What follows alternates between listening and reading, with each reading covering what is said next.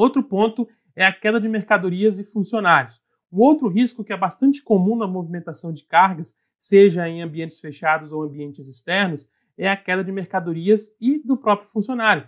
A primeira situação ela vai ocorrer principalmente quando o produto está instável ou mal colocado no veículo.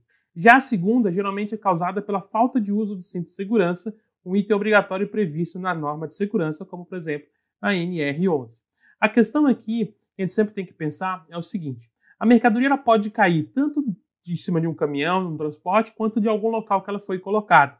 Por isso que quando se utiliza a movimentação de mercadorias, é interessante que o colaborador ele entenda qual que é o ponto que a mercadoria está totalmente segura e estável, né? Estável ali em cima do ambiente, em cima de uma plataforma, para que evite-se que ela caia e o machuque, né? Tanto que ela pode cair, quebrar a mercadoria, ou essa mercadoria pode cair e machucar alguém.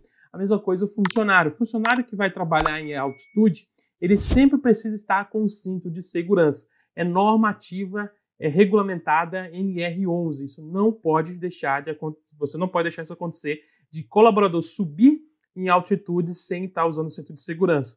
Porque qualquer coisa pode fazer com que o funcionário despenque de uma altura, se machuque, tenha ali uma lesão ou até mesmo a morte. Um simples vento, talvez, eu sempre gosto de levar isso em consideração, ele dá em cima de um prédio fazendo uma pintura. Um vento que dá, uma ventania que dá, isso pode fazer com que ele desequilibre e caia. Se ele está seguro no cinto, ele vai estar seguro, depois as pessoas vão resgatar, beleza, tranquilo. Agora, se ele está sem o cinto de segurança, está lá trabalhando sem nada para se proteger, ele cai e ele pode ter um acidente gravíssimo de trabalho que traz consequências sérias e danosas para a organização e para a vítima também. Outro ponto é o desequilíbrio devido ao excesso de velocidade. O excesso de velocidade é uma situação bastante comum dentro de uma operação. Muitas das vezes, os colaboradores conduzem o veículo de forma mais rápida do que o recomendado, a fim de agilizar o processo de produção. O grande problema é que esse excesso pode causar grandes acidentes, como colisões e até mesmo desequilíbrio do aparelho. Isso é comum, você pode ver em YouTube, você pode ver em canais de notícias. Muitas vezes o colaborador pega uma empilhadeira, pega um munk, pega um transpallet, pega algum veículo de transporte de carga, coloca peso e vai acima do limite de velocidade permitido do veículo e também do local de trabalho. E ele acaba, às vezes, virando o veículo, derrubando a carga, se machucando ou machucando outras pessoas. O respeito ao limite de velocidade ele deve ser algo intrínseco e sempre colocado em pauta. Toda vez que a gente vê alguém não cumprindo o limite de velocidade, ele deve ser, sim, chamado a atenção e ter uma notificação, ter uma advertência, porque isso é muito perigoso de ser feito. Isso não deve ser nunca deixado acontecer perante a organização. O excesso de velocidade ele provoca, né, tanto vítimas materiais quanto vítimas humanas, né? Se o cara está vindo correndo demais e vê alguém, né, imagine só, está numa obra, ele está cheio de saco de cimento na empilhadeira e está levando a toda velocidade para o outro lado da obra, e de repente passa um colaborador na frente e ele tem que frear. Devido ao peso que a empilhadeira esteja, talvez a freagem não consiga ser... Peço desculpas por interromper sua aula por um breve momento, mas tenho algo importante e vantajoso para compartilhar com você. Se você está gostando desta aula, tenho uma ótima notícia. Agora você pode levar sua experiência de aprendizado para o próximo nível fazendo sua matrícula em nosso site. Ao se matricular, você terá acesso exclusivo a uma série de benefícios. Primeiro, você pode baixar a apostila completa do curso em PDF, perfeita para acompanhar as aulas e revisar o conteúdo sempre que precisar. Além disso, ao concluir o curso, você terá a oportunidade de adquirir um certificado de conclusão, um grande passo para o seu desenvolvimento profissional e acadêmico. E sabe o que mais? Ao assistir às aulas diretamente em nosso site, você terá uma experiência de aprendizado sem interrupções ou propagandas. Isso significa mais foco e eficiência no seu estudo. Então, não perca essa chance. Clique no link na descrição deste vídeo ou visite nosso site para se matricular agora mesmo. É rápido, fácil e vai transformar a maneira como você aprende. Agora, vamos voltar à aula.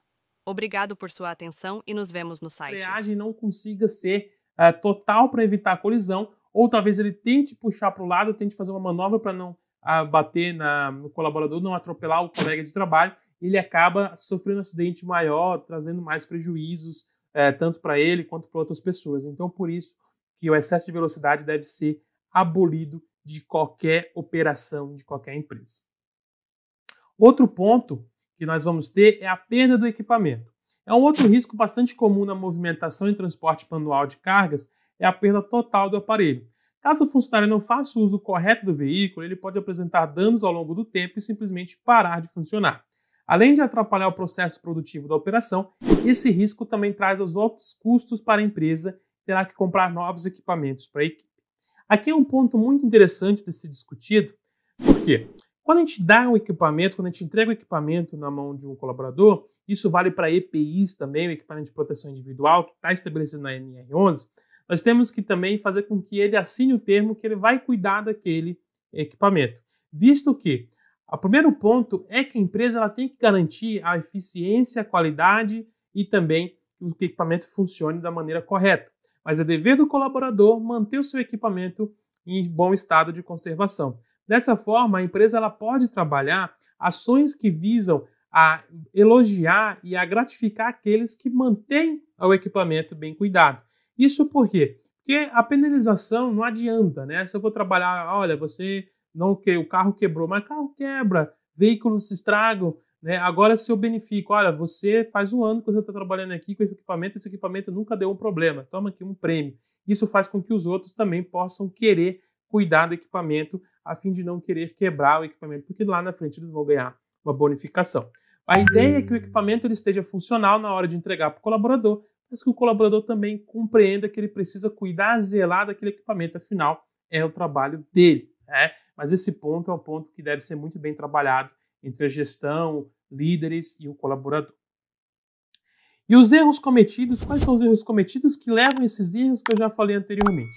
Primeiro de tudo é a falta de treinamento adequado aos funcionários. Em primeiro lugar, é fundamental que o transporte de carga seja realizado por um funcionário devidamente qualificado e que tenha formação específica para tal atividade. Isso é exposto até na NR11, onde o funcionário tem que ter a qualificação, ele também tem que ter identificação para estar atuando dentro daquele veículo de transporte de carga. Sendo assim, a empresa deve oferecer cursos e treinamentos que ensinem os procedimentos de manuseio e as normas de segurança para toda a equipe. Assim, sempre você vai estar contando com profissionais preparados, favorecendo o desempenho e evitando a ocorrência de acidentes. E nós temos também a questão, né, da falta de manutenção preventiva dos aparelhos. Manter os equipamentos em bom estado de conservação também é fundamental para evitar esses riscos na atividade de movimentação de cargas, então deve-se fazer manutenção preventiva, aonde serão realizadas revisões, controle e monitoramento de dispositivos de forma periódica para evitar ou reduzir a incidência de falhas. Nesse ponto é aquela questão. O colaborador ele é responsável por zelar pelo equipamento, zelar pelo aparelho que é entregue a ele. Mas a empresa deve fornecer periodicamente formas de que o colaborador consiga realizar revisões, fazer manutenção preventiva para garantir a boa funcionalidade do equipamento sempre. Ao não fazer isso, eu estou sujeito a erros como a quebra do equipamento que apresenta falhas que comprometam a segurança e a qualidade do serviço do colaborador, bem como a sua integridade física, também relacionada ao seu trabalho.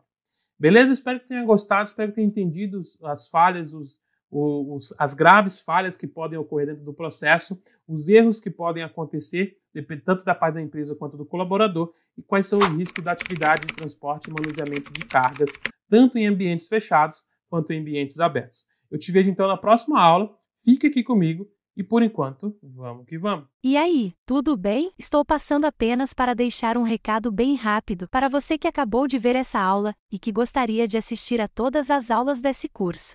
É bem fácil, basta você clicar no link que está na descrição deste vídeo ou acessar www.novacursos.com.br.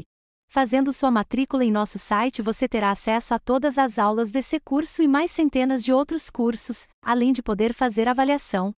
E caso você queira, poderá estar adquirindo o certificado com um valor bem acessível. Esse foi o recado que eu queria dar, aguardo sua matrícula. Até breve!